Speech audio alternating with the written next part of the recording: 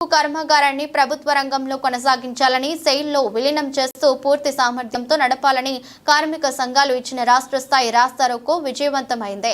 మంగళవారం ఉదయం వామపక్ష పార్టీల నాయకులు, కాంగ్రెస్ తదితర ప్రజా సంఘాల నాయకులు, కార్యకర్తలు పాత గాజువాక కూడలికి చేరుకుని రాస్తారోకో నిర్వహించారు. దీంతో ట్రాఫిక్ జామ్ అయ్యి ఎక్కడి వాహనాలు ఒక్కడే నిలిచిపోయాయి.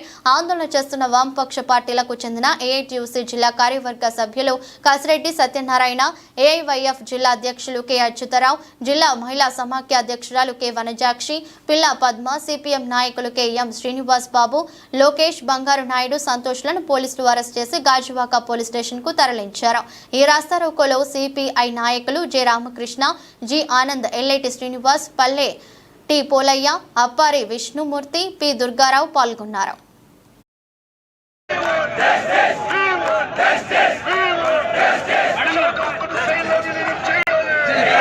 మూసివేయాలన్నా, అమ్మివేయాలన్నా లేదా శైలిలో కలిపి దీన్ని ప్రభుత్వ రంగంలోనే కొనసాగించాలన్నా సరే రాష్ట్ర ముఖ్యమంత్రి చంద్రబాబు నాయుడు గారి కూటమి ప్రభుత్వం ఆధీనంలో ఉంది.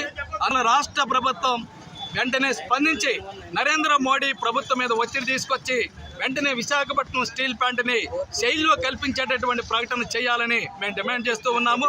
ఎందుకంటే విశాఖపట్నం స్టీల్ ప్లాంట్ని మూసివేయటం కోసం నరేంద్ర మోడీ ప్రభుత్వం సర్వం సిద్ధం చేసింది. ఎన్నికల్లో గెలిచిన తర్వాత మూడోసారి స్టీల్ ప్లాంట్ని దివాలా దీపించి మూసివేసేటటువంటి దానికి వేగంగా చర్యలు తీసుకుంటూ ఉన్నది. చాలా ఆందోళనకర పరిస్థితిలో ఉంది. రోజుకి 21,000 టన్నులు స్టీల్ ఉత్పత్తి చేయాలంటే ఈ రోజు కేవలం 5,000 టన్నులకు మాత్రమే దిగజార్చారు. 5,000 టన్నులు కూడా ఈ రోజు లేకుండా రా మెటీరియల్ లేకుండా దాన్ని మూసివేయాలనేటువంటి కుట్ర చేస్తుంది.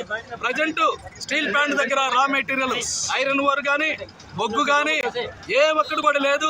ఆఖరికి విద్యుత్ సరఫరా కూడా లేదు. డబ్బులు కూడా లేనటువంటి పరిస్థితి తీసుకొచ్చి దీన్ని దివాలా అంచుకి రేపో మాపో మూసివేసేటటువంటి విధంగా బీజేపీ కుట్రలు అనేటువంటి సాగుతుంది. ఇది ఆంధ్ర రాష్ట్రం మీద బీజేపీ సాగిస్తున్నటువంటి దాడి. అందుకోసం నరేంద్ర మోడీ ప్రభుత్వం మీద రాష్ట్ర ముఖ్యమంత్రి జగన్మోహన్, రాష్ట్ర ముఖ్యమంత్రి చంద్రబాబు నాయుడు గారు, అలాగే ఉప ముఖ్యమంత్రి పవన్ కళ్యాణ్ గారు జోక్యం చేసుకొని వెంటనే చర్యలు చేపట్టాలి. వెంటనే శైలిలో ప్రకటన చేస్తున్నట్లు, విలీన ప్రకటన చేస్తున్నట్లు చర్యలు చేపట్టి ప్రకటన చేపించాలని మేము డిమాండ్ చేస్తున్నాము. లేకపోతే ఈ ఉద్యమం తీవ్ర స్థాయిలోకి వెళ్తుంది. త్వరలో బీజేపీ ఎమ్మెల్యేలు కూడా మేము ఖరావు చేస్తామని స్టీల్ ప్లాంట్